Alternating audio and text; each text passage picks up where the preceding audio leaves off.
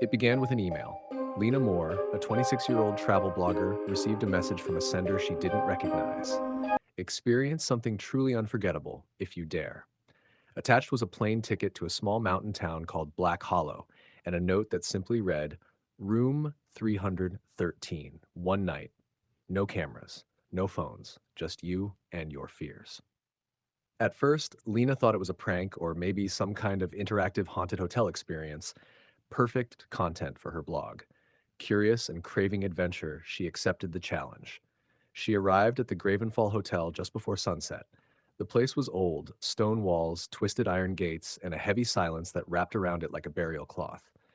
No receptionist greeted her, only a key placed neatly on the dusty counter with a worn leather tag. Room 300, Part 2, The Room. The hallway leading to room 313 was long, dimly lit, and smelled faintly of rot. Lena hesitated at the door. It looked older than the rest, its surface covered in deep claw-like scratches. She entered. The room was strange. There was no window, no clock, no TV, just a bed, a table, and a mirror bolted to the far wall. The door closed behind her with a loud click. She turned to check the handle. Locked. No bolt, no keyhole, just a smooth, cold surface. Okay, she muttered. Weird haunted hotel stunt. Fine, I'll play along. She unpacked a notepad and flashlight and settled in. The walls were covered in peeling red wallpaper, and the air felt thick like the room was breathing. That's when she noticed the mirror. It didn't reflect properly. In the mirror, the room appeared darker, and the reflection of her bed was empty. Part 3, The Shifting Room. At exactly midnight, the lights went out. Lena grabbed her flashlight and moved toward the door, but when she turned the beam across the room, the furniture had moved. The table was on the ceiling. The bed leaned sideways against the wall. What the hell? Then she heard it. A whisper, not from the walls, from inside her ears. You shouldn't be here. Her breath caught in her throat.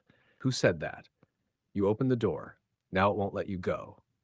Suddenly the flashlight flickered and died, pitch black. She stumbled back, and the floor beneath her shifted like liquid. She screamed as she fell, not down but sideways, landing in the same room, but everything reversed. The mirror was now a window, and in it she saw herself, asleep in bed.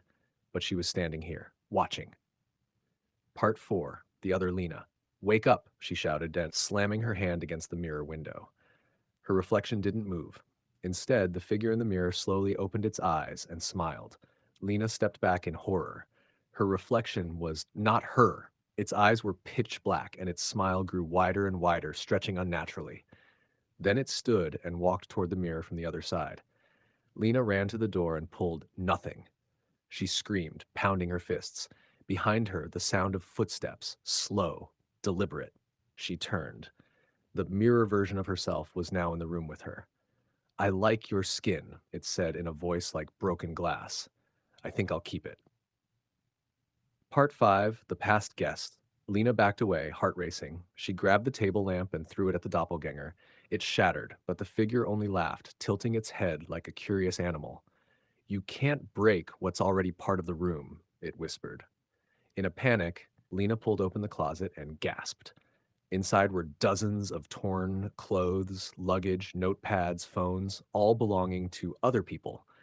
A name tag on a jacket read Jacob Reed, Room 313. She recognized that name. He was a paranormal investigator who went missing 3 years ago. Suddenly, the voices began. Whispers filled the room. Help us. Don't trust her. She took our faces. Lena turned to the mirror again, and now it was filled with screaming faces. Hands slamming from the other side of the glass, mouths twisted in terror.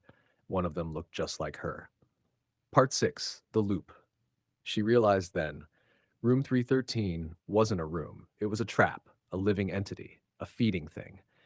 Each guest it lured in became part of its illusion, a mirror soul, feeding the next. Lena ripped apart the sheets, trying to find anything she could use to escape. But the more she fought, the more the room began to warp. Walls stretching, ceiling dripping like wax, floor cracking open into blackness. The door now had writing etched into it. There is no exit. The mirror, Lena was closer now, her hand outstretched. You're tired? Let go over. You won't even feel it.